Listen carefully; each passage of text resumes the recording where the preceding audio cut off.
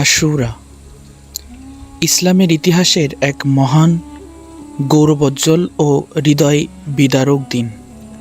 হিজরি বর্ষপঞ্জির প্রথম মাস মহররম, আর এই মাসের দশম দিনকে বলা হয় আশুরা। আশুরা দিবসের তাৎপর্য বহু ঘটনার স্মারক। এই দিনে হজরত মূসা আলাইহিসসালাম ও তার অনুসারীরা ফেরাউন নামক অত্যাচার থেকে মুক্তি পেয়েছিলেন। আল্লাহ তার কুদরতে সমুদ্র দ্বিখণ্ডিত করে মুমিনদের রক্ষা করেন এবং ফেরাউনকে ধ্বংস করে দেন। নবী করিম সাল্লাল্লাহু আলাইহি ওয়াসাল্লাম আশুরার দিন রোজা রাখতেন। তিনি বলেন, আশুরার রোজা আগের এক বছরের গুনাহ মোচন করে দেয়। সহিহ মুসলিম শরীফের হাদিস।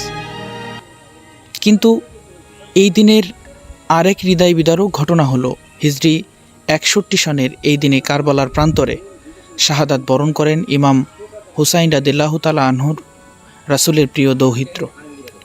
অত্যাচার ও জুলুম অন্যায়ের বিরুদ্ধে দাঁড়িয়ে তিনি প্রমাণ করেন সত্যের পথেই জীবন উৎসর্গ শ্রেষ্ঠতম ইবাদত। আশুরার দিনে আমাদের গুরুত্বপূর্ণ করণীয়।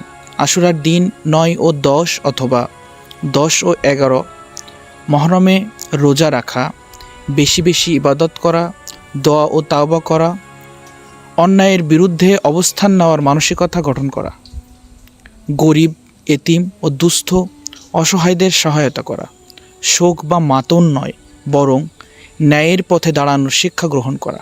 আসুন আশুরার শিক্ষা হৃদয়ে ধারণ করে আমরা অন্যায়, জুলুম ও বিবাদ থেকে দূরে থাকি। আল্লাহ তাআলা আমাদের সবাইকে আশুরার প্রকৃত শিক্ষা অনুযায়ী জীবন গড়ার তৌফিক দান করুন। আমিন।